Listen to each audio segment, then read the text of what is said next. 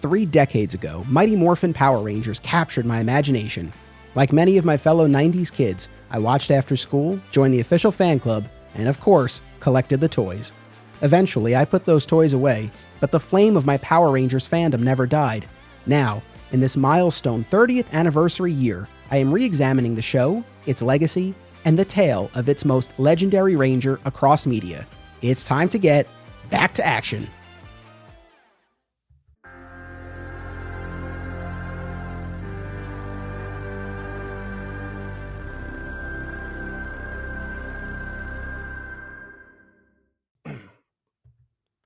Welcome to Summoning the ZORDS, a Power Rangers fan journey. I'm your host, Anthony Desiato. Joining me to discuss the 2017 reboot film Power Rangers is one of the hosts of Always Hold On to DC's Legends of Tomorrow, Matt Truex. Matt, welcome. Thank you so much for having me in the command center here, man. This is behind the scenes. I was like, this is the one I'd love to do, and it happened. So thank you so much. Oh, my pleasure. I'm very happy to have you teleport in for this. And yeah, we were messaging about this. And that might actually be a good place to start because I think this is just so fascinating. You sent me a photo of you wearing the Blue Ranger costume from the movie, the actual movie costume. How did this come to pass? So all of my professional work really has been prop-related. For 9 years, I worked for a company called Prop Store, which it's an auction house that it specializes in movie props and costumes and things like that.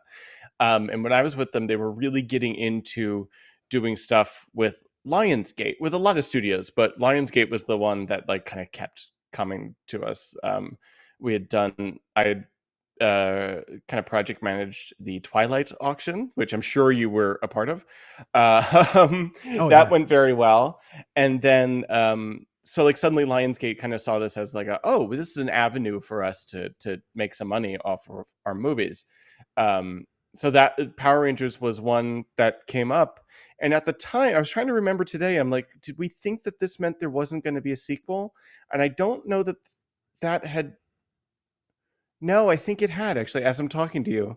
I think like as we were doing it, there was talk of like Hasbro has the rights now and they're going to do their own thing. So like basically this franchise had already died like 2 years, maybe less after this movie came out, which we can get into the reasons for that. But they kept hero versions of each one of the suits, including the Green Ranger suit. And then the rest of the stuff, all the costumes, all the suit pieces, all the little dumb props and notes they write to each other in detention and stuff, was for us to sell and me to market and things like that. So, sorry, this is a really long story, but as a result of that, because those suits were so damn tight, they couldn't be dressed on mannequins. So for the first time ever, we got to use live models, which meant us, in the office. And I was tall enough to fit the Blue Ranger suit. And I got to do some live modeling for a couple different auctions at that job. Like I've worn a few different kind of cool costumes, like from Warcraft, the god awful Warcraft movie. I got to wear one of the big armor thing, like that was really fun. But that, I swear to God, if I could wear it right now, I would be in the Blue Ranger costume right now. It was comfortable. It was mobile. Like I was amazed how comfortable I felt and how powerful I felt and how much dexterity and movement that I had in the thing. It was the coolest day of doing a bunch of like just pose their photos and then a bunch of dumb videos and stuff for ourselves. It's just like I'm 4 years old again. Like this is crazy. That is so, I mean, I'm so envious. When you sent me that photo, I was just like, oh my God, I could just imagine having been a fan of this franchise as a kid to be able to step into something like that. What's interesting too is that I was watching the special features for the Power Rangers movie, and they have all of these behind the scenes featurettes on various components of the movie, the casting and the costumes. And they've got like 20 minutes on the suits. Yeah.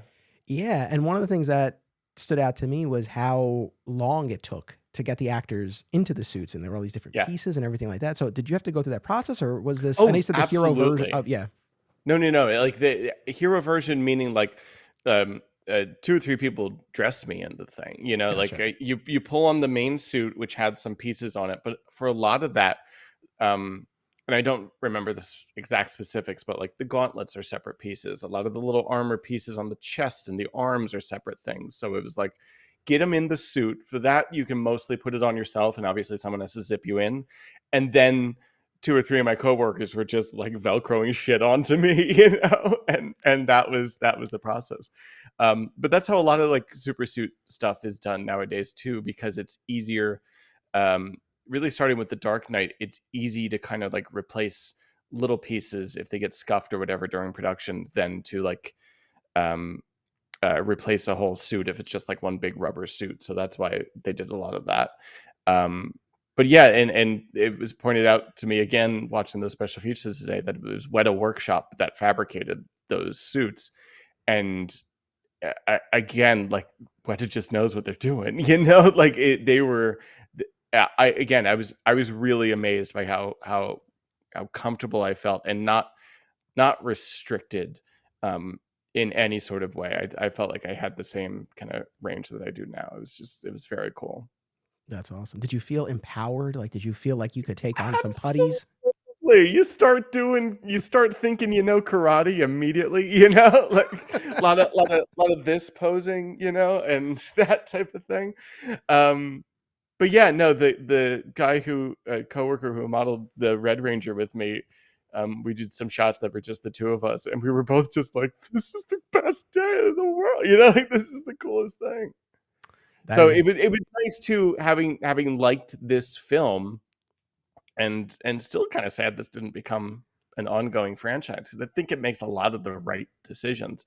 But it was cool just kind of having that come full circle of like, yeah, this is the version I've reacted to most recently. And it also got me like back into reading like the Boom comics that Kyle Higgins was writing at the time. You know, like I dipped a toe back in. I even went and rewatched two episodes of Mighty Morphin and went, never mind on that, and went back and watched the movie with commentary instead, you know? all right. Well, that's a perfect segue to talking about the movie itself. So I would imagine anyone listening to us or watching us on YouTube is well familiar with the film that we're talking about. But this was Power Rangers, directed by Dean Israelite, came out in 2017, and this was a reboot of the franchise. So this was not following the continuity of the television series or anything like that. It was its own thing. It was an origin story. It utilized the same makeup of the team from the original era. So you had Jason, Zach, Trini, Billy, Kimberly, and of course Zordon and Alpha, but it was an original story. And yes, as we've been getting at, it was clearly meant to kick off a new series of films. And Right. unfortunately, or not, depending on how you felt about the movie, I think for both of us, it's unfortunately that didn't Yeah. happen. This is a question I have for you though, but yeah, continue. Exactly. So, well, I guess that's as good a point as any to sort of lay out our overall feelings. I mean, we'll unpack everything, but Hmm. just our overall feelings about this movie. And I imagine people checking out this episode, there's probably a mix of feelings towards this. I mean, clearly, again, this movie didn't do what it needed to do commercially or critically, but I know you and I have affection for it, and I've heard from others who have as well. So it's kind of it is interesting, I think, to talk about. That's my question. Now that you're you know in Ranger World right now, I've heard a little bit just listening to the podcast, but like, do you get a sense that this was a a beloved thing? I don't know if beloved, but like an accepted version of this for most fans, or was it just like this flies in the face of every Ranger thing that's ever Rangered before? You know, like, or is it like right down the middle? So I don't purport, despite doing this podcast, I don't purport to have my finger on the pulse of the fandom to the Finger point where I on could. the morphing grid pulse, yeah. There you go. To really answer that, but I guess a little anecdote. So I saw this movie opening night, I believe, when it came out in 2017. You know, as I've talked about on the show, I grew up loving Power Rangers, watched the three Mighty Morphin seasons, most of ZO, and then I fell off. But when I knew that there was Okay. this big screen reinvention coming, of course I was excited. And so I went on opening night with my wife and one of my buddies from my old comic shop, Zach, Okay. who, depending on when I release these episodes, the audience will have already heard from Zach for an episode about the Pink Ranger and Kimberly leaving the show and all of that. Cool. Okay. And it was a tale of two impressions, right? And a similar background. Like we both grew up watching the show and all of that. And I came out of the theater, and obviously I saw it that night. I watched it again a few years ago, a couple years ago, I don't know, and then obviously again just today for this episode. So I've seen it 3 times now, and my impression has remained the same. I liked it a lot. I Hmm. liked that it was essentially this high school drama, that it was so character driven, that it spent so much time. And I know this cuts both ways. One of the main criticisms of the movie is the lack of action and how long it takes. 90 minutes. It's an hour and a half before they To actually get to morph. suits and stuff. Yeah, I get that. But I really liked what they did. I think that it was, again, this more soulful character study that most of these kinds of movies are not typically built for. And I felt like overall it tapped into, I think, a lot of the fundamental, like foundational principles of Power Rangers, of working together, Hmm. right? And a lot of the updates that it made sense to me. So I came out of that screening and my impression has remained the same. Like, I really enjoyed it. Zach, on the other hand, felt the opposite. He just, it didn't work for him. And I don't want to speak for him, but I Okay. think, again, a lot of those criticisms that you hear from other people, I think he would kind of co-sign on that. Again, the lack of action, the lack of time, actually seeing them as Rangers and things like that. So, again, I think you definitely get a mix, of reactions to this. Yeah, I mean, I get that in general too, because like in other films, it honestly sounded like you were talking about Superman Returns and like the fan reaction to that, like he doesn't punch anybody, that bullshit. But yeah, I get that, and I also get that I liked it because it felt like a nice way to reintroduce me to this thing that I have nostalgia for, but I don't actually want to watch again, Um, but I there are parts of the mythology that I like, um, but at the same time, where like I know they're making changes here to mythology and moving some things up and changing things completely. Where I'm like, if I was died in the wool, if this was a DC movie, I'd be like, well, how could they bother me? Like I really do get that fan reaction, um if you're still in it. I think even though I like the movie a lot, and I do wish that it had gotten at least a sequel. There was plenty that they had set up, the tease of Tommy Yeah, Oliver at the end, this threat Tommy. of others coming for the Zeo crystal, all of that. Despite liking the movie, at the same time, trying to be objective and take a step back, one thing that I have always wondered is who was this really for? And I guess you and I are actually both kind of undermine the argument I'm about to make, because we are people who grew up enjoying the Yeah. franchise, but at the same time, I can recognize, and maybe Zach is kind of a good example here. If you're really trying to speak to people who grew up with it, I don't know that there was enough, for Hmm. lack of a better term, fan service, enough kind of callbacks or things that sort of recaptured that feel of the show. And then on the other That's hand, interesting. I don't Okay. know how much, and I have no idea how the youths received this movie per se. But it's like, again, this is a franchise we got into as kids. It's like, I don't know if this was really a good vehicle for capturing the next generation. That's a good point, especially with that like lack of action thing that you mentioned before. Because I'm like, maybe if you don't care about this at all as a kid, you're like, I'm bored. I thought this was superheroes. Like that I kind of get. I really think that we were the audience for it, honestly. The people that knew all the things, knew all the words, had fallen off the train, but wanted an excuse to think it was cool again. And like it in that way it worked totally for me, but it obviously didn't capture kids. Part of that was the shit toys, but we'll get to that. um but yeah, I hear what you're saying, and I really do think they were going for something more down the line and for everybody, and the sweet spot might have been us. Well, it's I think what's also now shifted my perspective on all of this a little bit is the Once and Always reunion special on Netflix. Can't wait. So a little bit of time travel here. Pretend you're back on the Wave Rider on Legends of Tomorrow. So as you and I are recording this, as we're recording Hmm. this, we're a few days away from the release of Once and Always. By the time Yes. people hear this episode, they will have heard a prior episode of this podcast on Once and Sure, Always. you would have to do an emergency, yeah, You know, transmission for that. I get it. exactly, exactly. So I'll be curious how this segment of this episode ages after I've seen Once and Always. But Let it be known, I will be flying back from a work trip that day, and the minute I saw the date, I'm like, that morning I'm recording it or downloading it and then watching it on the plane. Like I cannot wait. right? And that's the thing, because you look at something like Once and Always, where it's bringing back the originals and their immediate successors. And It's a whatever, mix, right? But yeah, fudge it a little bit, but they yeah. were all Mighty Morphin. They all count in my book, and it's picking up with these characters decades later. And again, at this moment in time, that we don't know exactly how everything's going to unfold. There are unanswered questions. I don't know exactly how, to what extent it's going to follow the continuity that the entire franchise has established. There's some questions, Hmm. but in any event, it's bringing back the originals and bringing us back into that story. And I just, seeing on Twitter, seeing how excited people seem to be about this, I don't know that, again, the 2017 film, became anywhere close. And I'm not saying that that movie necessarily needed to do what Once and Always is doing, but I think one thing I've always come back to with the 2017 film is like, there could have been some kind of avenue to utilize some of the Rangers from the original television franchise as a prior incarnation of the team, or like there could have been Sure. some attempt to sort of, thread the worlds together.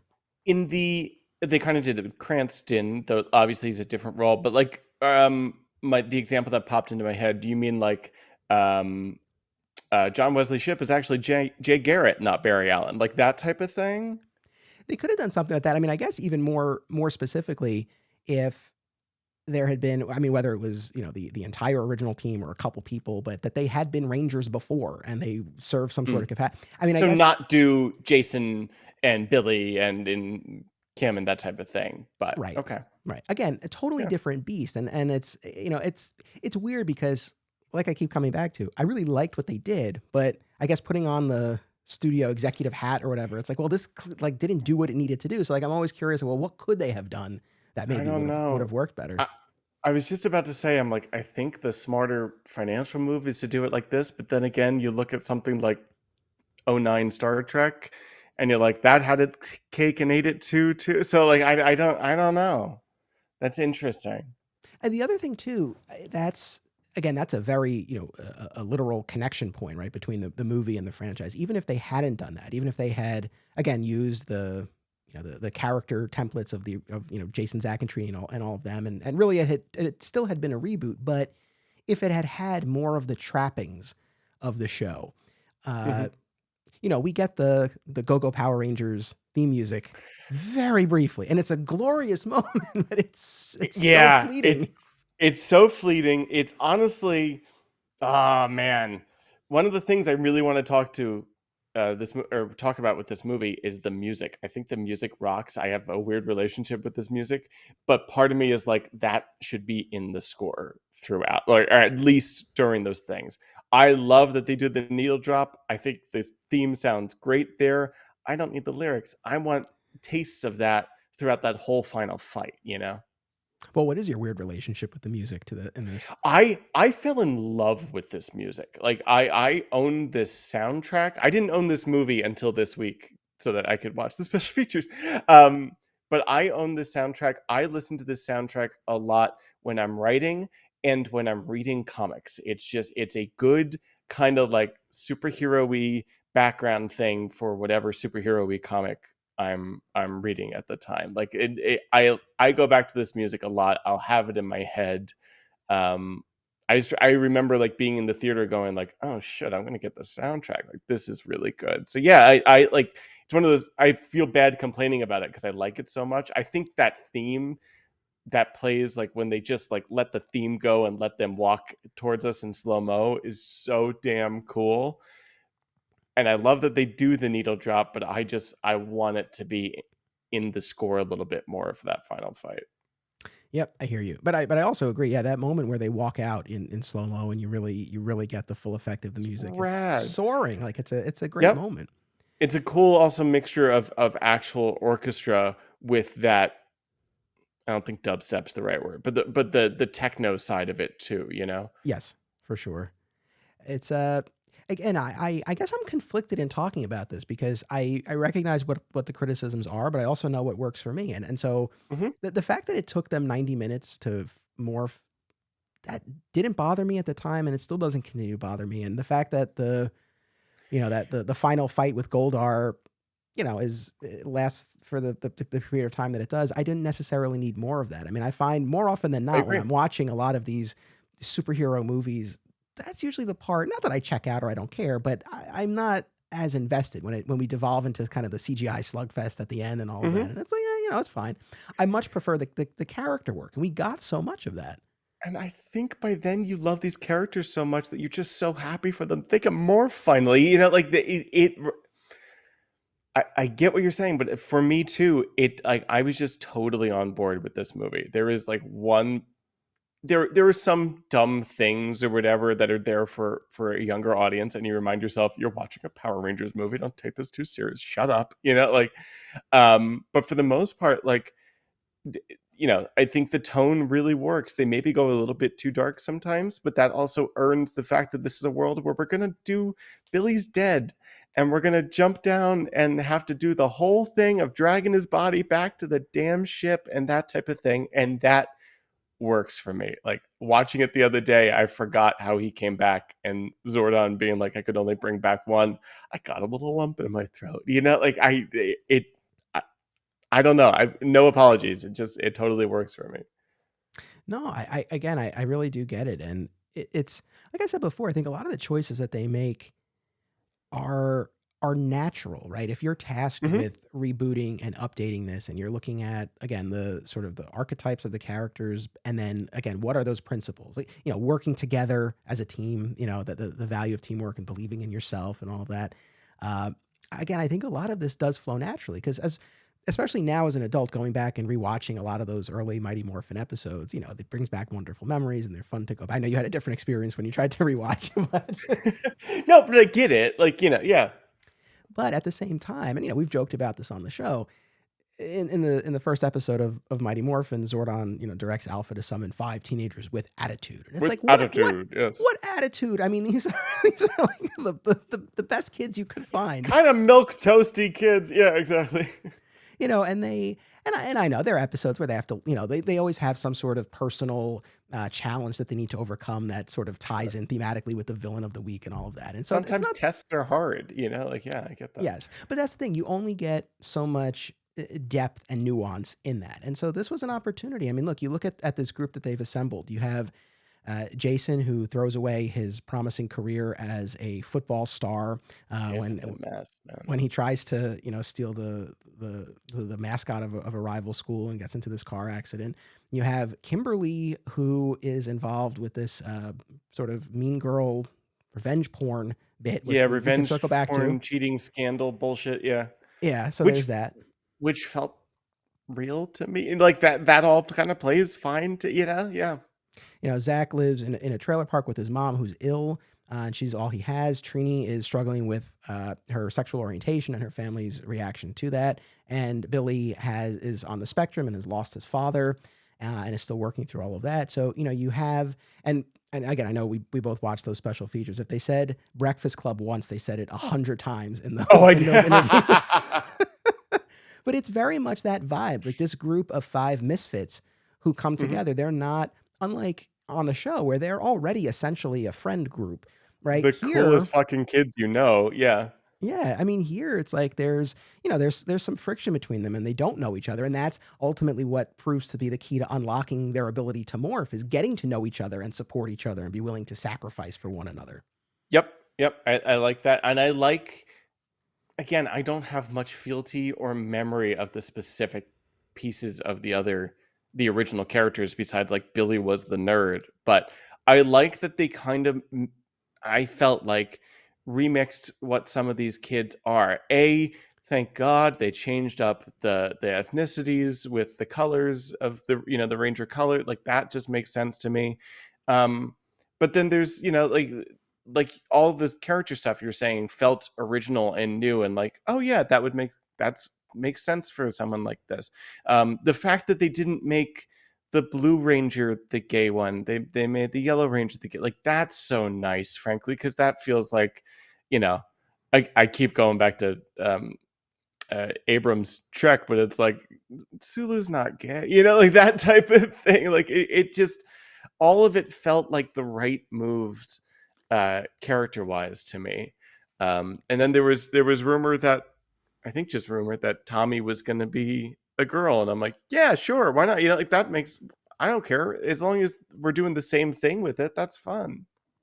Yeah, I remember hearing that rumor as well, that speculation. But yeah, I think, I mean, it's been a while since I was in high school, but I mean, these kids felt real to me, in terms Oddly of, real for how stupid a movie this is. Yes, exactly.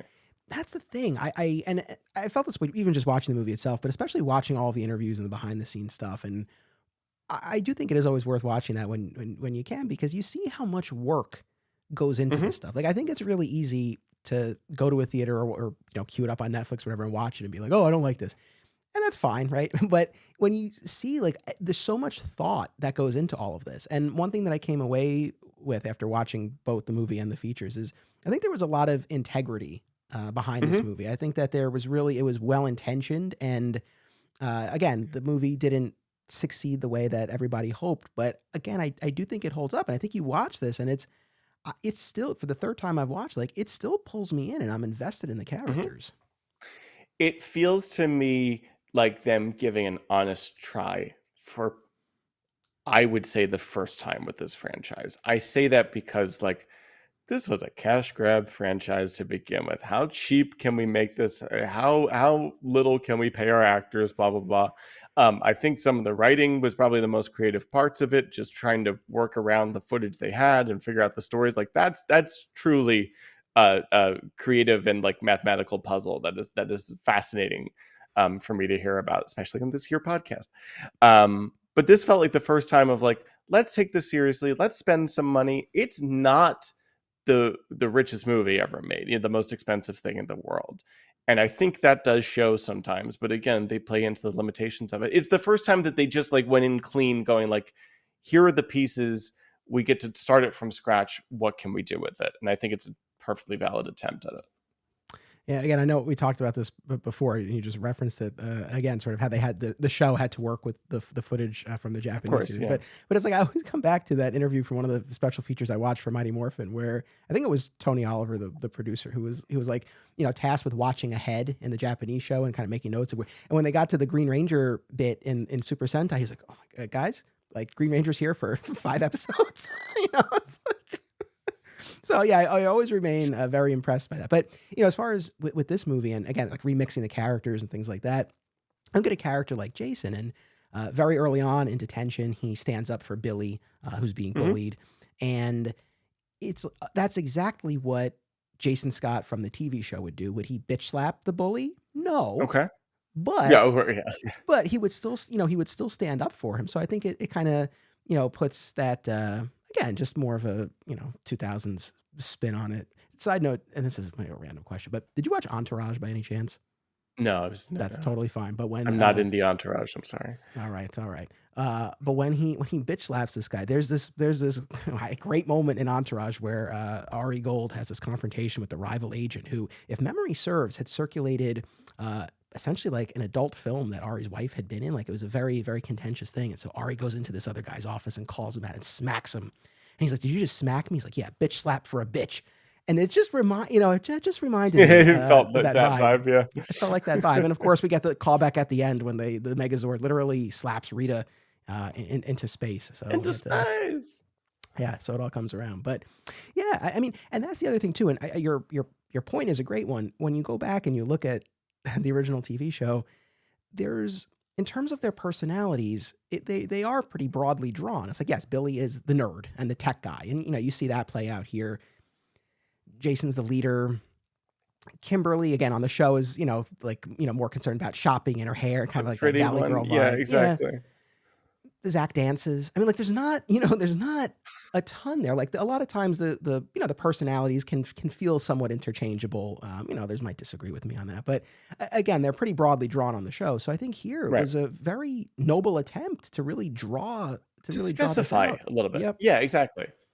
Yeah, no, I think that's cool. So, um, I also think that this movie, in terms of some of the other characters, I need like 40 minutes at some point to talk about Rita Repulsa. But before we get to that, the fact that this movie can pull off Zordon and give him like actual gravitas, it helps that you've got like Walter White here. Like that obviously gets you more than halfway. But the characterization of him at least like feels legitimate. and that Alpha 5 is not the most annoying thing in the world, that you actually like him. Like, again, casting gets you halfway there, but that's magic to me. I was amazed how much I liked, again, watching it, but in theaters too, of like, wow, Alpha's really fun. Not what I saw coming, because I remember seeing him show up and be like, oh shit, yeah, like, this guy's here. Yeah, I mean, when he says, you have 11 months to stop Rita. Wait, 11 days. Wait, 11 days. And then I think when they're the first time that they're unable to morph, and he tells Zordon, "Yep, this is very disturbing." Like, there are just a lot of great bits. And watching those special features, I mean, I knew certainly I had seen some of the behind the scenes stuff previously of Bryan Cranston and the makeup and the the little booth and Yeah, as how the they blue guy. right. Yeah. I was not aware that they stuck Bill Hader in a motion capture suit for a whole day and had him running around that room. I was like, For you did that? no Like, reason. Let's be very clear. They didn't use shit from that. They just wanted to hang out with Bill Hader. and he even says that in his interview. He's like, I don't know how much of this they're going to use. Oh, I didn't even see that. That's funny. Yeah. But I was, because watching that, I assume again he just went into a booth and recorded the dialogue, and that was it. And then I'm watching this, and it's like this. I'm sure he was compensated well, but it was To like, play this suit. like 3.5-foot squat little thing, like, that's pointless. Yeah. Do you watch Barry Did by he? any chance? I didn't. I love Barry. Real quick, when he's doing mocap, did he have any sort of a belly or like anything to give him some physicality like Alpha has? No, he was kind of like Big hunched heavy hat. over. That's No, dumb. he was Yeah, that's like pointless. hunching a little bit, but that was it. But yeah, I'm a fellow fan of Barry, and that's just been a revelation to see him in that over these past few He's years. And it's, unreal in that. Yeah. and then yeah, it's like again, obviously as far as the kids, this crop of newcomers, but yeah, to have Bryan Cranston, Elizabeth Banks, Bill Hader, that's to kind of have them as the anchors here. And hmm one thing that I really appreciated was that in rewatching a lot of the show, I'm still not entirely clear how their powers work on the show. Like, I what? heard you talking about this the other day. I think with Lance, on Yeah. Lance's episode. I was like, yeah, I don't know. And I know people who are, who have kept up with the franchise like Lance, or people who like really study this. I know it's probably a simple answer, but it's like it still feels like kind of nebulous about what all of this is about. What does the Zeo crystal do? Well, I What mean, a on the good time to take a water break. yeah, what is? Well, I mean, in the movie, it's the source of all life, and every planet All life. has a shard How? of it. Why is it here? I mean, on the show, I obviously, that understand was very well why it's in a Krispy Kreme, but I don't know anything else about it. yeah, man. Talk about some. I mean, it was Someone's got to pay product for this placement. thing. Feels like an Yes, someone's understatement. got to pay for this thing. It is fun too, by the way, as an Arrowverse fan and Smallville before it, to watch this movie and be like, I know all these places. I know exactly where. I know this quarry. And and the high school, right? Was the And the high exterior school, Smallville High. Yeah. and the main street. If I'm not mistaken, that's what they used for Once Upon a Time, right? On ABC. Did you? I don't know if you watched that. Oh, I don't know, but maybe.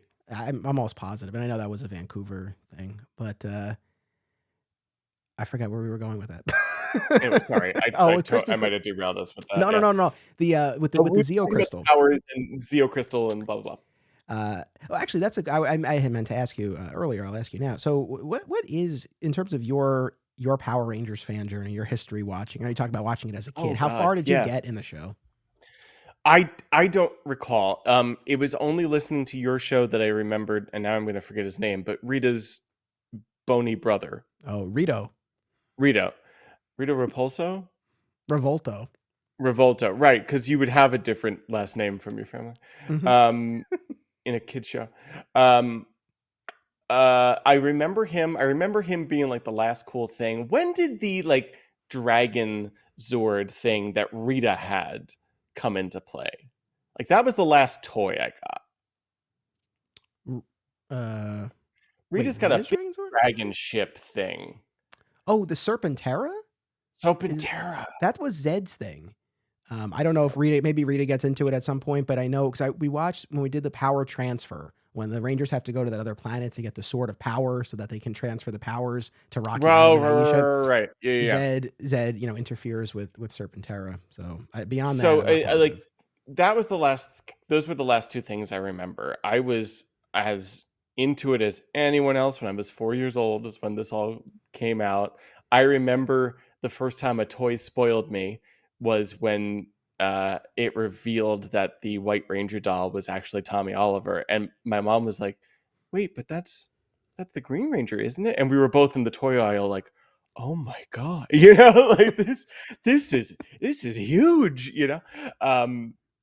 So that was huge. The movie was big for me, but I think shortly after the movie, I died out and would go to Disney stores then for the rest of my life and be like, this is still on. They look like this now, huh? Interesting. And that was really all that I had jumped into it. And then this movie did what it was supposed to do and kind of got me back into it for a second. But I went similarly with my best friend, and both of us posted like that day that we were going on Instagram of me in my Red Ranger costume as a kid and him in his White Ranger costume. Like it was such a big thing. The toys were such a big deal. Um, but yeah, it burned hot and then died out for me. Gotcha. I mean, yeah, my experience is not different. So yeah, it sounds like if you saw Rito, so he debuted at the beginning of season 3, and that was right after the Okay, movie. So that makes perfect sense. that makes Uh, sense. so I made it like maybe a year and a half past you because I got basically, Okay. as I've realized recently, I always thought I was like, oh, I like halfway through Zio. I made it basically to the end of Zio, and so as a fan of that season, it was cool that the Zio crystal came into play in this movie Hmm. because Yeah, I had in no idea what the hell that thing was. Yeah. so at the end of the Mighty Morphin era of the Power Rangers franchise, the Power Coins, I believe it's Goldar and Rito, destroy the Power Coins. There was also Okay. this whole business where Rita and Zed had reversed time, and all the Rangers were little kids, but eventually they were re-aged, and but Rito and Goldar destroyed the coins and blew up the command center, and that was the end of Okay. the Mighty Morphin era. There was sort of like this in between thing with the Alien Rangers, but in any event. And then we get to Zio, and there's the Zio, and that's you gotta love that about the show. It's like every time all hope is lost, the Zords are destroyed, our power source is gone. There's We'll always figure something it out. else. Yeah. Yeah, yeah, Oh, this is a more yeah. powerful source. So Yeah, the good. crystal, the Zio crystal, is what it becomes their new source of power. So it's Okay. cool to see Okay. that. But I like, what did you think of this new backstory of Zordon having been the original Red Ranger and Rita being the Green Love Ranger who that. betrayed? Yeah. So cool. And again, plays into um the iconography that we know. It gives us the Green Ranger thing. Again, I need some time to talk about Rita Repulsa, but in general, I think that's cool. I got so excited at the beginning of that when I knew Cranston was Zordon in it. And the minute that helmet comes up and you see past the makeup and you realize who that is, you're like, oh, this is fantastic. Like, what a great, again, remix of this mythology, as saying that as someone who doesn't really care about this mythology anymore.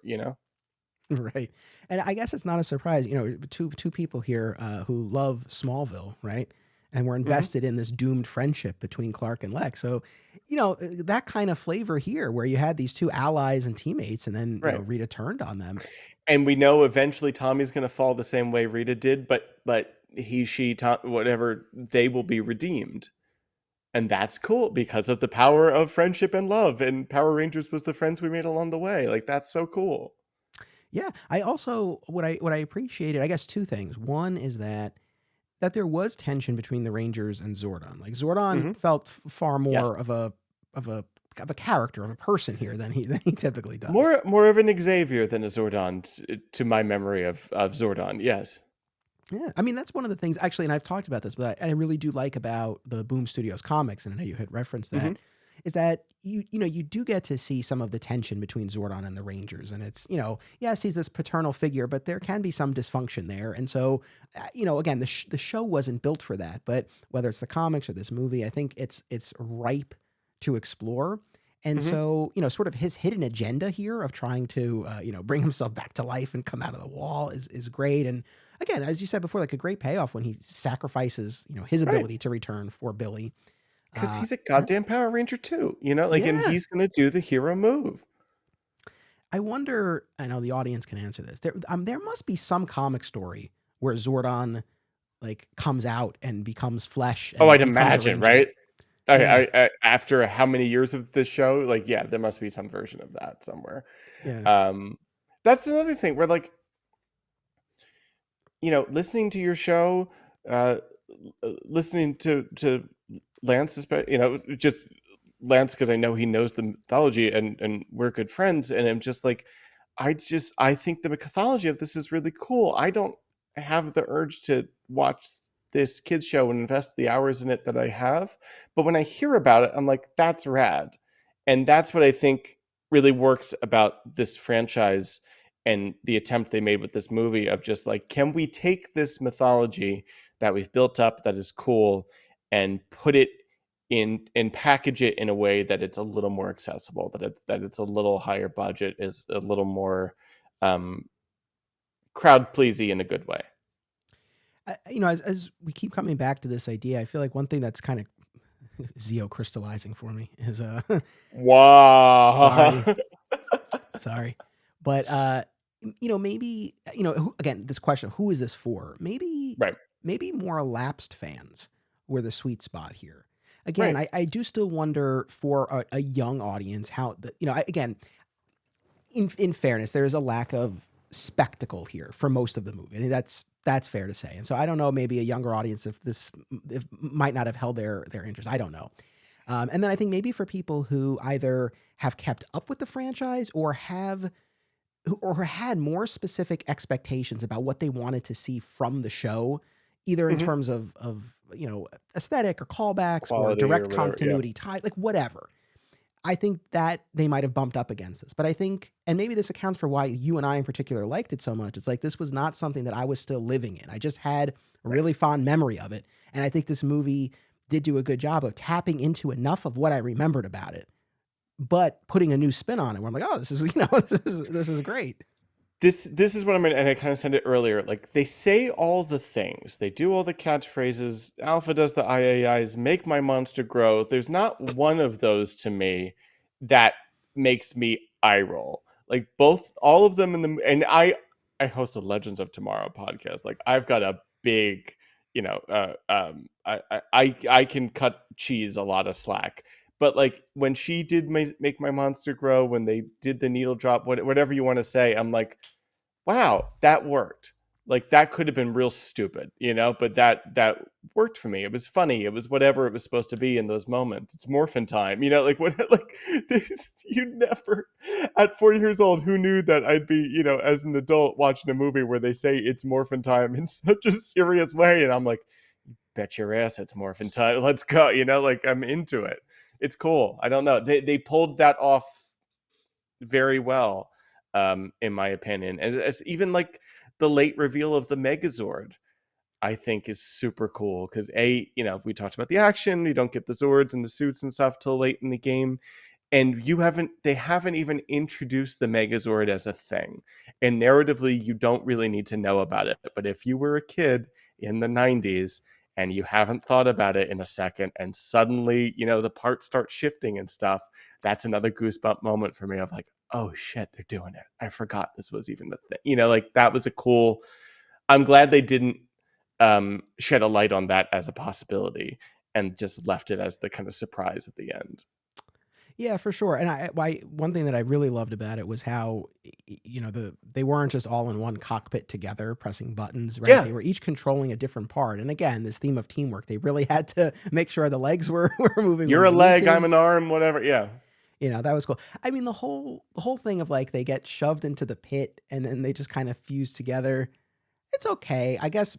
And We maybe found our division. This is where you and I there are a couple of things I separate. didn't like. There were a couple of things that I didn't love, but maybe because I've been rewatching so many of the episodes, and you get that sequence of the formation of the Megazord. This was just sort of like they fused together. What I want to know is, did Zordon and Alpha even know of this feature? Like, do you think Zordon and Alpha were back at the ship, and they were probably like, oh man, those Rangers are done for. And then It's the a Megazord robot emerged. now? Yeah. Yeah, and then the Megazord emerges, and they're like, oh, We should have told him about that. I knew we forgot something. Yeah. I don't know. I mean, I guess there's an argument to be made that I mean, we could fanboy wallpaper over this if we wanted to, where like either they didn't know because we see the Zords separated in the beginning, I think, for a second, or they did know, but Rita's forces were just so powerful that it didn't matter. It beat them up. I don't know. I also, what I really, really like, going back to this idea of kind of like answering questions that maybe you had as a kid that the show never really gave you.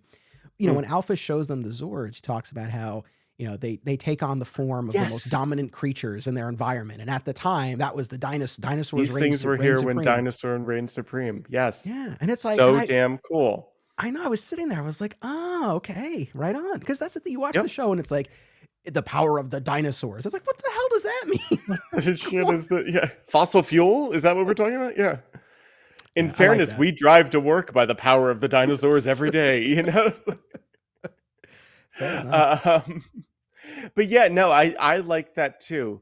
There's some design choices, and again, I say this as someone that really liked wearing the suit, but part of me is like, with the command center and stuff too. I think it looks cool. It's a little too spacey by half to me. Like I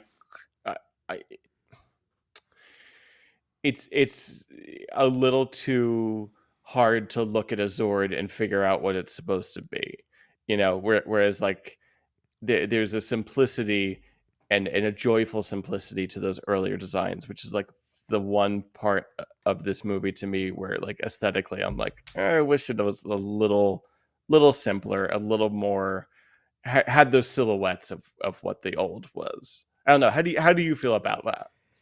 I agree. I think I don't know if busy is the right word, but yeah, looking at it, it was Is it, hard. yeah, It was totally. hard at times, like looking at those designs to really see what they Hmm. were.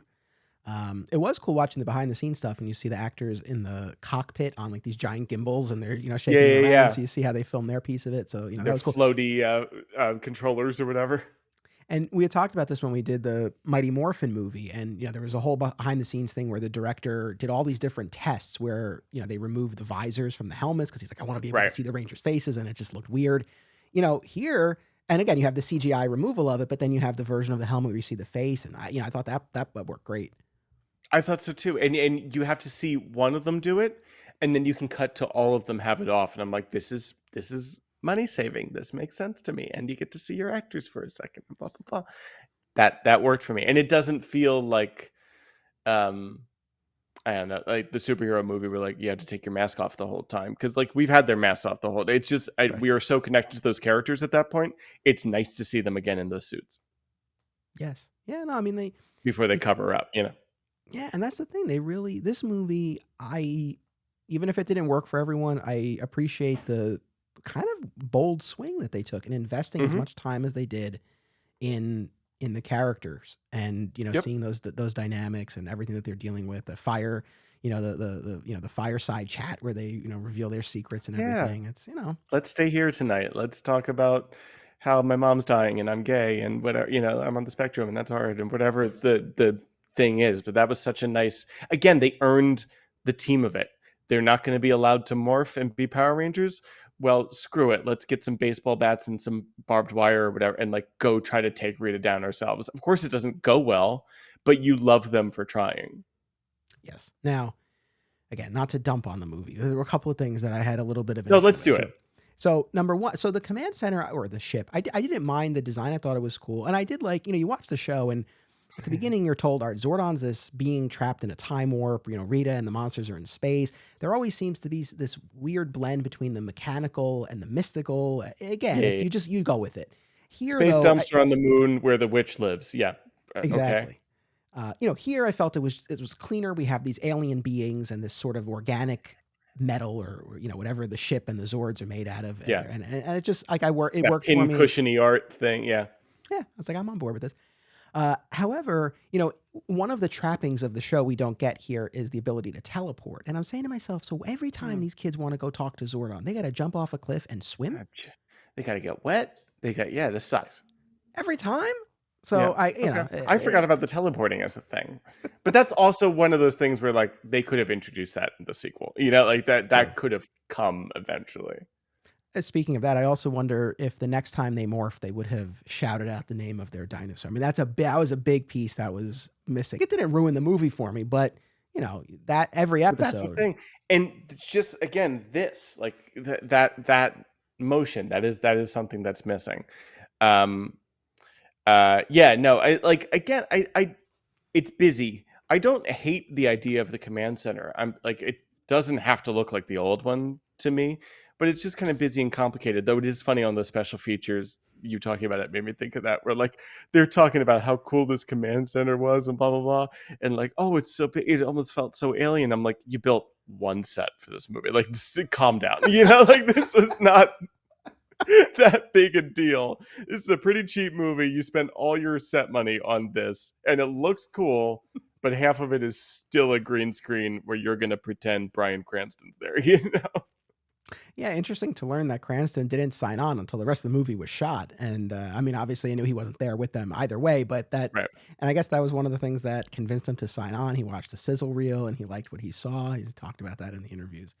The other thing was there's this whole business at the beginning where Zordon as Alpha is calling the meteor to Earth that is going to wipe out the dinosaurs. But Very also, cool. yeah, that was Yes. cool. But is also going to stop Rita and bury the crystal and all that. He's burying the coins. And he says, seek out those who are worthy. Seek out those who are worthy. And then, of course, we get to later in the movie, and all the kids are hanging out at the mine by coincidence on the same night. Yeah.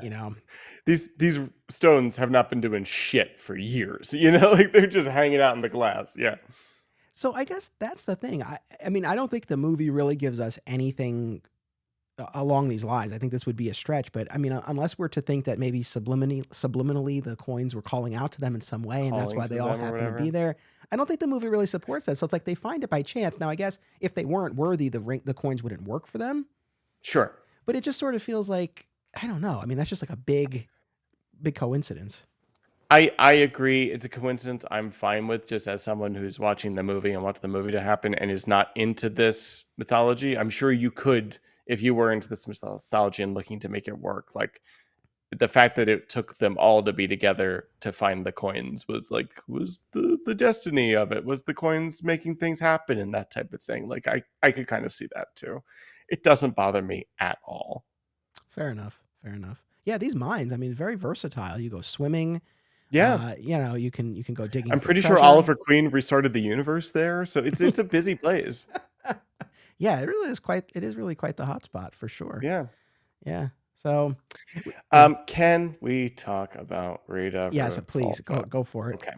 So I was always a villain kid. I loved the villains. I loved Rita Repulsa as a kid. I loved Scorpina. I loved Lord Zed, Goldar. I forget the little elf goblin that makes the monsters, but I liked him too. My first real prop obsession is when they shrink Rita down in the original show, and you see the Rangers like holding this little puppet of Rita that like there are pictures of it, the actual prop online now, and I'm like, oh man, that's so cool to me. Like I was obsessed with it as a kid. I aesthetically wish she looked more like Rita Repulsa. I like what they do with the Green Ranger thing, like story-wise. I think that totally works, and I get what they're going for in her costume. I want the hair, I want the Madonna boobs, I want the dress, I want something. It's the same way I feel about Goldar, where I'm like, it doesn't have to be the big blue alien with the gold suit. Like I kind of get where you're going with it. He just looks like a globby mess to me. And that, again, it's the busyness of all these things, which is why we should get into the toys too. But like I didn't buy any toys from this movie, even though I was into it, and I'm an adult who buys toys, so it was a possibility, But during COVID, when they did the pre-sale for the Rita Repulsa and Lord Zed 2-pack, you bet your ass I bought that. And that's the only Power Rangers thing I've bought in forever, but I bought it because I'm like, I want that Rita. I want that really good Rita figure that they didn't make for me as a kid. And that is the one thing watching this movie where like I don't dislike Elizabeth Banks at all. I think she's actually genuinely creepy and in the right tone for this movie at times. Especially that scene where she just like straight up kills Billy. Like that's tough, like she's cool. I want her to look a little more like Rita.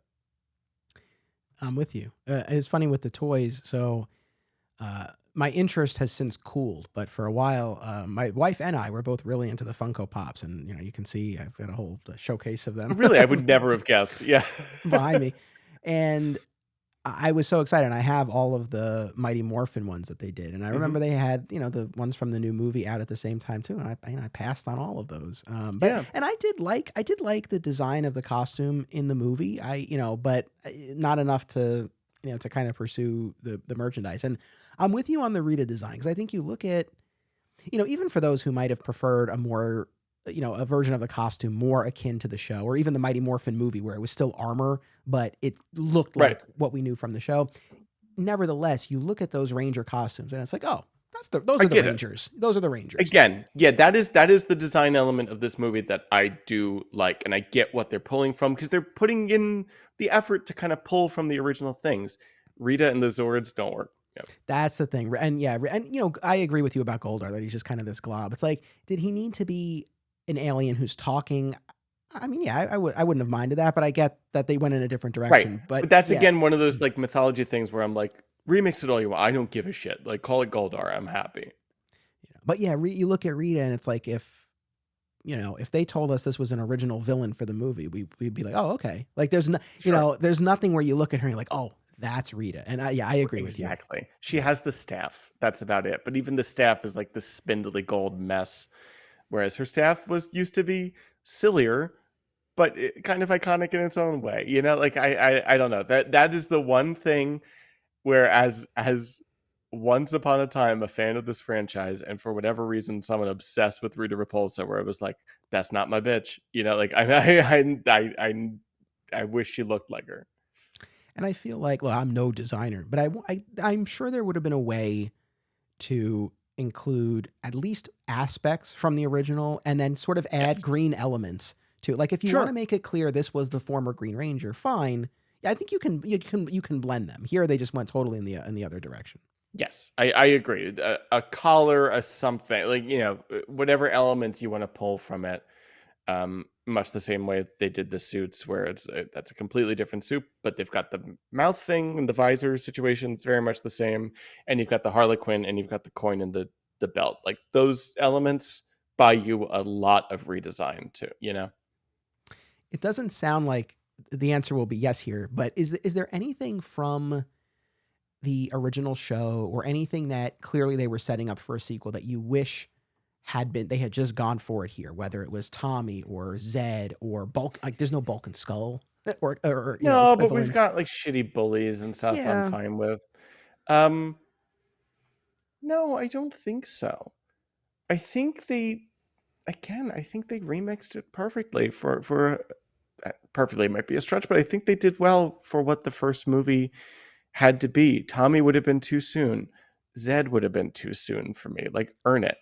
Do the original thing. Do the thing that we all fell in love with at 4 or 5 or however old we were, and go from there. Like, these are all the elements I needed. Let me say it like that for a Power Rangers movie. Fair enough. No, fair enough. It's funny, as you have heard in these episodes. My opinion on Bulk and Skull has shifted a little bit, and I've come around on them. I wouldn't have. I think there could have been maybe some spot for a Bulk and Skull pair in Mhm. small doses, maybe just sprinkled in here a little bit. I don't think the movie necessarily suffered for their absence, but I think something could have worked there. But it's okay. But I get that. one of the biggest departures that we haven't talked about yet, and it almost slipped my mind. Like, oh my god, this was huge. They have powers unmorphed here. Oh yeah, they're Did you like that superheroes piece? unmorphed. Yeah. I didn't mind it. It didn't occur to me until literally talking to wonderful prop store photographer Justin Charles, who was one of those people that like really stuck with it and knew the mythology when we were doing this auction project. That he pointed that out, and I'm like, oh yeah, like it wasn't present enough in my mind for me to have a problem with that. They did karate in every form they had, so like it didn't bother me. No, no, I get that. Yeah, did you? I never saw Chronicle, the movie Chronicle, but I know this was likened to that. Have you seen it? No, I've never seen. Is No. that the found footage one? Uh, it might be. I don't know. Yeah. What a great thing Either to way, bring no, up I have something not that I seen know it. nothing That about. we know nothing about together. Yeah, good for us. Yeah, no, sorry. But I think from what I've read of that and the comparisons, I guess it's kind of akin to that in terms of these like kind of like the grittier aesthetic and these kids finding these powers and all of that. And I don't know. I was okay with it. Hmm. I don't know that I necessarily needed that, but it didn't put me off or anything like that. So yeah, I also think, and tell me what you think. I feel like they did, they have 5 main characters. I feel like they did a good job of giving time to each one. You got to see their home lives, which again on the Yeah. show there was Who very very cares? little of. Yeah. Yeah. No, I thought so too. It's the 3 that get the most play are Jason, Billy, and Kimberly. Um, but still, you do get home time and character development stuff with Trini and Zach to the point where you do feel like you know them too. But it's like it's Kimberly and Jason who I keep going to that image of them jumping in the water with Billy's body, and it's just like that's the focus. The 3 of them kind of like hugging. One of them is a corpse at the time, but the 3 of them hugging and falling down into the water thing. I'm like that's kind of where the focus is here. But I think you have to kind of choose a few to focus on. Like this isn't Friends. They can't all be even because we've got hours and hours and hours to be with these people. Like you've got to have a way in. Yes, but I agree. I think that you get enough. You get enough of each, even though yeah, we do have a focus on a few of them more so. Trini's mother, by the way, very attractive. When we get Yeah. the scene with them at the kitchen table, we Yeah. could add a little more time with her home life, Good, maybe. good for Trini's mom. And then Roy from The Office is Jason's dad. You're like, oh, why are you here? Yeah. Yes, Although Jason, what is that actor's name? Dacre Montgomery. Dacre Montgomery. Um, looks somehow younger in Stranger Things than he does here. He looks like the oldest high schooler since Tom Welling in this show for some reason in this movie. I like him a lot. Um, but yeah, there was a bit of a watching this. I'm like, why is your hair receding at 15? Like, That reminds. So, are you current on Superman and Lois? no, I'm a few episodes behind. Okay, this is not a spoiler, but as of this recording, they recently introduced the son of George Dean, the former mayor of Smallville, Okay. and he's meant to be a contemporary of Sarah, a high school student. Mm-hmm. And when this, I was going to say kid, but guy showed up on screen, my wife and I This both looked at each gentleman. other. We're like, this guy looks like he's 35, which, it's like, which is not old because I'm 36 now. No, But goodness I'm no. like, but it's like, he's supposed to be like 16. It's like, come on. But anyway, Yep, I understand. did you like so we have Dacre Montgomery, who again, as you said, would go on to have a big role on Stranger Things. Naomi Scott as Kimberly. She would go on to be in Elizabeth Banks's Charlie's Angels movie, which I have not seen, but I know she's Oh, in which that. nobody saw, which doesn't exist. She was also Jasmine in Yes. the Aladdin movie, which people saw but instantly forgot. They got normalized as they were coming out. Um, uh, I think they're all fine. I think um, I this is just mean now, I guess. I think Trini is the one who feels the most green to me as an actor.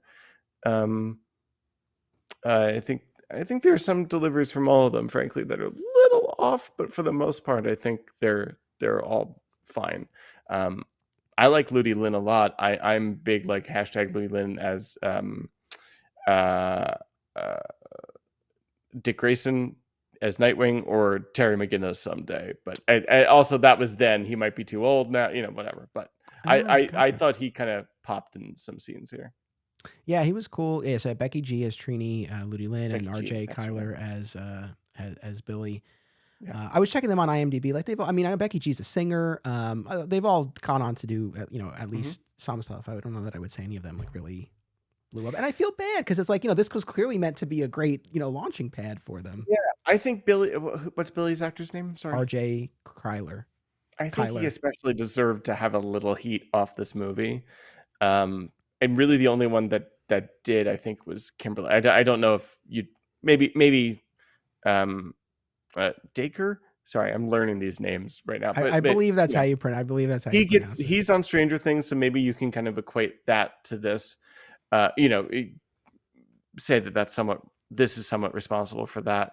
I think. Again, the girl who plays Kimberly, I don't know the names. Getting Jasmine is a direct response to this, but like arguably, I think Aladdin did less for her than this movie did. You know. Oh, fair. I know. Yeah, I actually do feel bad for her because so she's in this. She's in Charlie's Angels that everyone won't acknowledge. She's Right. in, That went away. Yeah. Aladdin. Yeah, I know. No, no, I agree. I mean, like this clearly, they don't have a ton of experience under their belt, but it works, right? Because the team Totally. is inexperienced, right? So, I think it works. Now we had mentioned before, again, as far as the personal drama and their backstories and everything.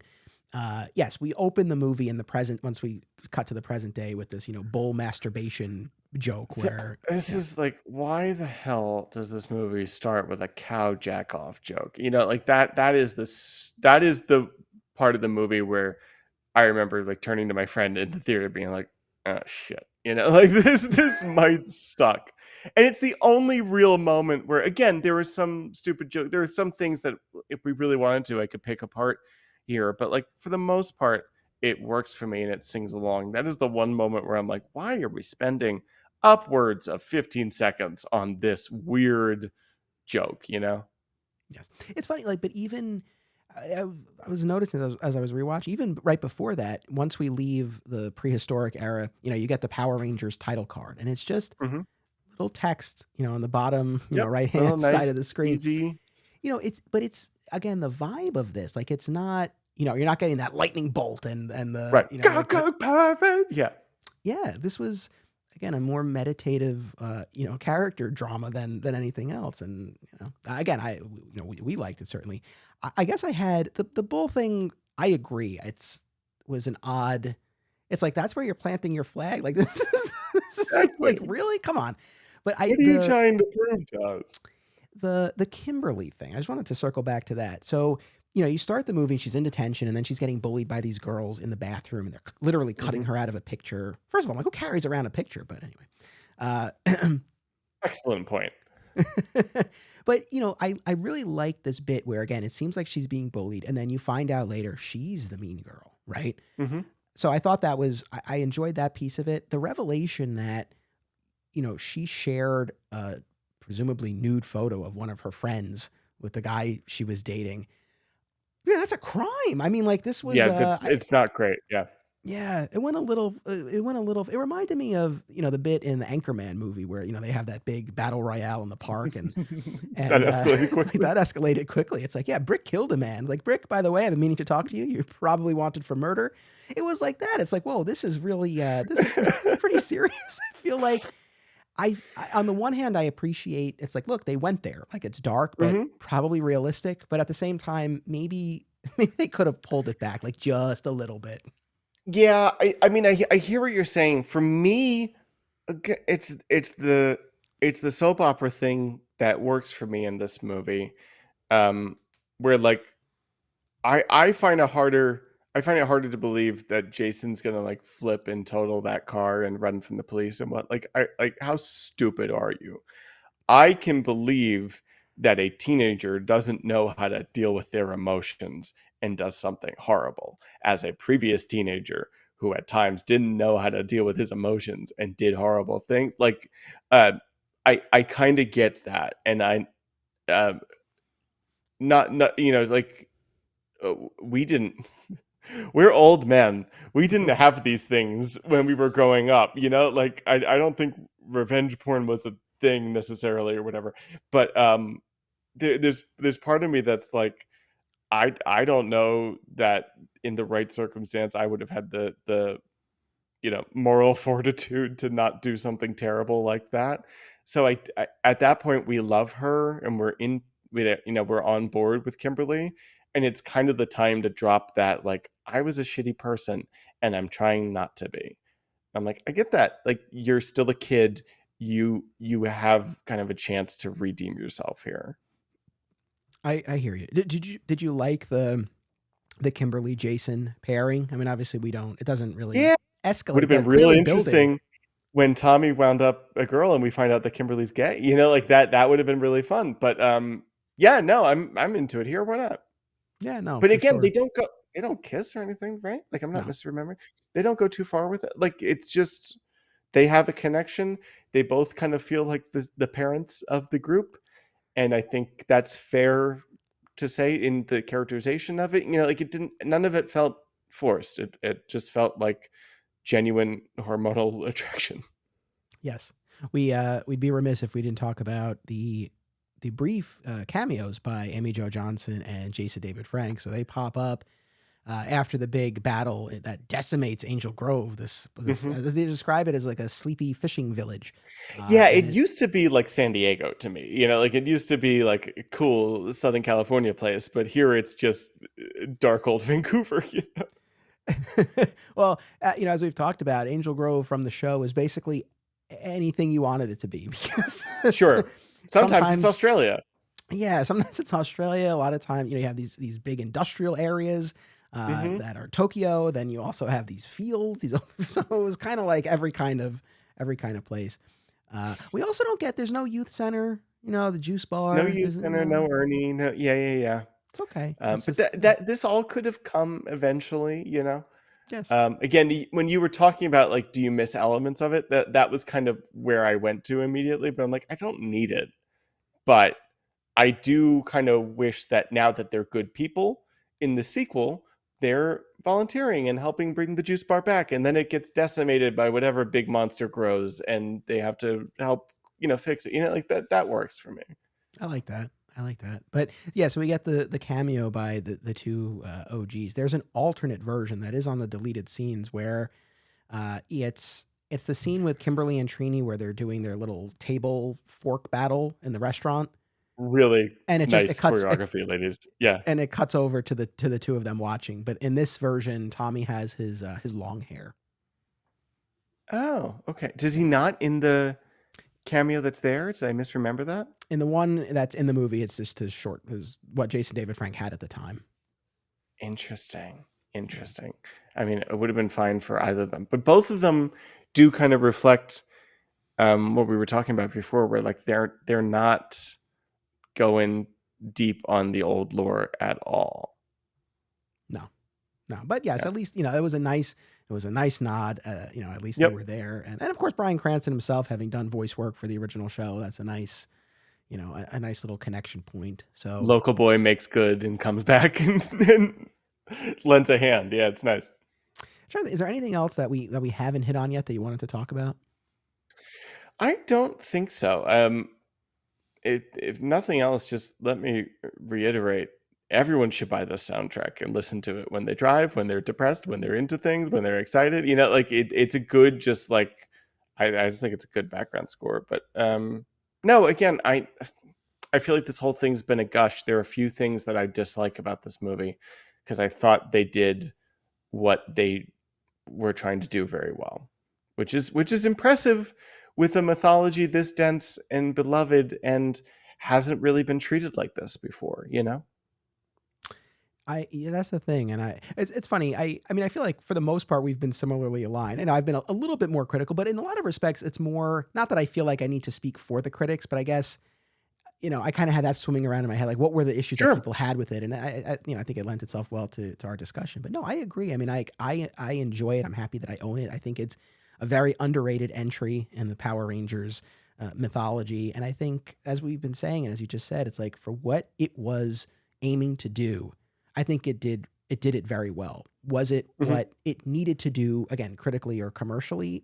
The results would tend to say no, but it's very enjoyable for what it is. And I would say for anyone who's been listening to us, who maybe who's not so hot on the movie, maybe give it another shot, because as you and I have experienced, and we have talked about on our various shows and everything, so much of our initial impressions are formed by the expectations that we have and the baggage that we bring to it and everything. Totally. And it's like, yeah, Totally. if you were coming to this and you wanted to see, you know, the Mighty Morphin episodes that you watched as a kid, like just brought to life on the big screen, it's not that. And It's I'm not not that. saying It that's the is only, 100% not that. Yeah. and I'm not saying, you might be listening to this and being like, well, that's not why I didn't like it. And I know there are, what are other criticisms that one can have, but I think if you go in with an open mind, it's good. I'm glad we have it. I'm glad that even though there was a lot that was set up, it does still stand on its own. You don't feel like, oh man, like we didn't get a complete movie. Like you really got a solid origin story. I agree. It's a little bit of what I'm worried about with what is the reunion that's coming up that we're very excited about called? Once and Always. Well, always. It's a little bit about what I'm worried about there, where I'm like, if they start talking mythology for a couple scenes, I know I'm going to tune out and I'm not going to care. Like I kind of want the character stuff to follow me up there, and I feel like I'm setting myself up for failure there because character stuff was not maybe the strongest suit for this show, as from what I recall. Like it was the whiz bang of it. So, um, wanting to invest again, wanting to like Power Rangers again is really um, what makes me respond to this so much. Where I'm like, this is a Power Rangers I can get behind, and I feel has just enough meat on the bone for me to care and keep going back to it. Well said. So, for people who want to follow your podcast adventures, where would you like to direct them? Something just as stupid as Power Rangers. Where co-captain Trisha Ennis and I are piloting the Wave Rider throughout all of Always Hold On to DC's Legends of Tomorrow. We're having an awesome time over there, getting some behind the scenes interviews with some names you've never heard of, but are really genuinely great people, and just kind of in my mind show that there's passion and love for, again, what you were saying. Like there's a lot of work that goes into this, from making anything, from all forms of people, and that's really cool.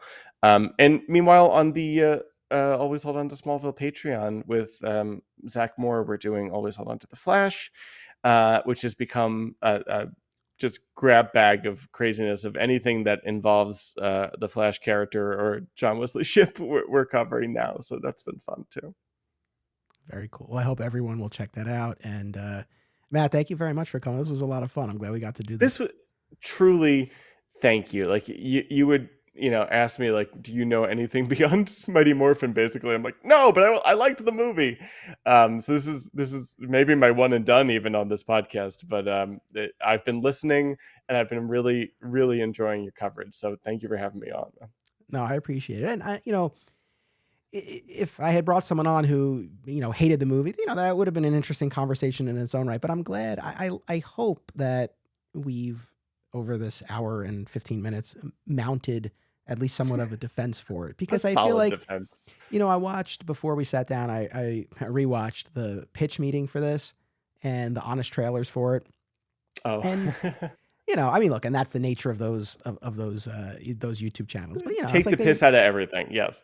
Yeah, but obviously they really beat up on it, and there's certain critiques that it's like, okay, I get where you're coming from. Others, again, especially the amount of time they spend with the characters, it's like, all right, I mean, that's positive, if in my book at least. But anyway, I'm glad. I hope that we at least were able to speak up for this movie, and if it gets even one or two people to, maybe give it a shot or go back to it, that would be good. Yeah, absolutely. I would say buy it though. I tried to watch it for free on whatever thing it's on, and it was just infuriating with all the ads. So just do the rental at least. Save yourself some time. Gotcha. Yes. All right. So thank you, everyone. This episode was brought to you by Krispy Kreme. No, I'm just kidding. We have sponsors. They're not one of them, man. But like, were there tie-in donuts or something for it? Like, did we miss that? I don't know. I have no idea. I mean, how much do you think they paid for that? Like, probably like, I mean, it's such a prominent placement. Probably a couple mil.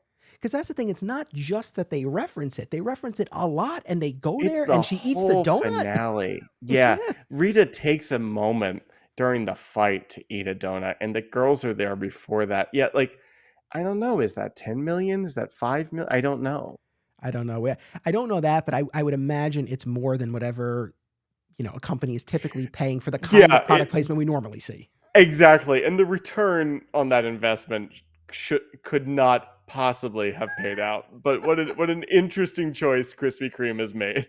Yes. That reminded me of one last thing, and then I really will end this and let you go. Please. But just going back to Kimberly, right? So she has this whole revelation about how she was a mean girl and she's trying to do better. And then in the final battle, the two girls who had cut up her picture in the bathroom, right? Debris lands on their car. She's fine. Yeah. And she's like, "Oh, that's what you get." It's like, do we not learn our lesson here? We're kind of the asshole too. Yeah, exactly. Yeah. I mean, again, they were not nice to her, and you know, two wrongs don't make a right and all that. But yeah, I don't know. I don't know if that. Yeah, I know. I was not prepared to make moral judgments on Kimberly. Honestly, like in that moment, I'm like, yeah, fuck them. It's fine. Um, Fair enough. All right. Well, once again, thank you, Matt. Thank you, audience. I always appreciate you tuning in. Make sure you come back in 2 weeks. And of course, once a Ranger fan, always a Ranger fan.